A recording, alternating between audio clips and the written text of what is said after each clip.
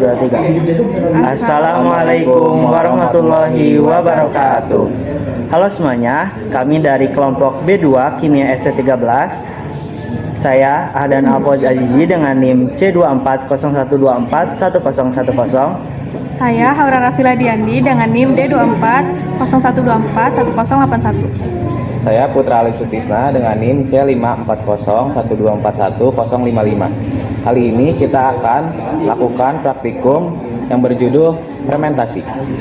Praktikum ini bertujuan untuk mengetahui apakah ada gas karbon dioksida yang dihasilkan dari reaksi fermentasi dengan ragi. Adapun alat dan bahan, yang pertama ada botol kosong, kedua air putih, ketiga vermipan, keempat gula pasir dan sendok, dan yang terakhir ada balon. Langkah pertama, kita siapkan 3 botol yang masing-masingnya sudah diberi tanda, yaitu 1, 2, dan 3. Lalu kita masukkan 2 sendok teh vermipan ke dalam masing-masing botol.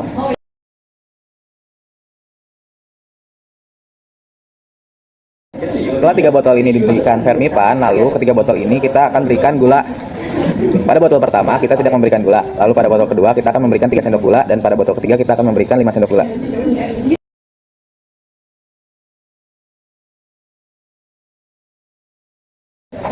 Setelah tiap botol diberikan gula, kita akan menambahkan air dengan suhu ruang kurang lebih 100 ml.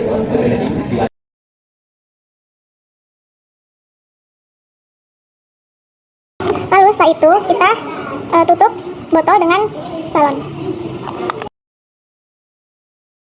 Lalu tunggu sampai 30 menit. Vermipan merupakan ragi instan yang biasa dipergunakan dalam pembuatan roti dan kue agar menjadi mengembang. Ragi atau vermipan itu sendiri merupakan zat yang menyebabkan fermentasi.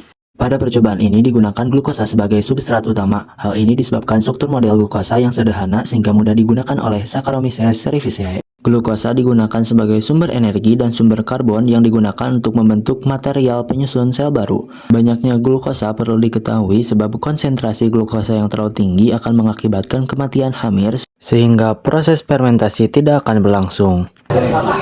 Jadi berdasarkan hasil percobaan kita, dari ketiga botol tersebut, yang paling menghasilkan gas karbon dioksida itu ada pada botol kedua dan ketiga.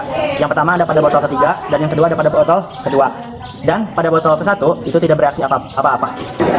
Jadi pada botol pertama itu tidak menghasilkan reaksi apa-apa dan tidak mengembang, karena pada botol pertama itu tidak diberi gula pada botolnya. Dan untuk yang botol kedua, dia mengalami reaksi dan menghasilkan karbon dioksida karena di botol kedua diberikan gula sebanyak 3 sendok teh. Dan pada botol ketiga ini terjadi reaksi gas karbon dioksida yang tinggi karena diberi 5 sendok gula. Sekian dari kelompok B2 ST13, kurang lebihnya mohon maaf. Wassalamualaikum warahmatullahi wabarakatuh.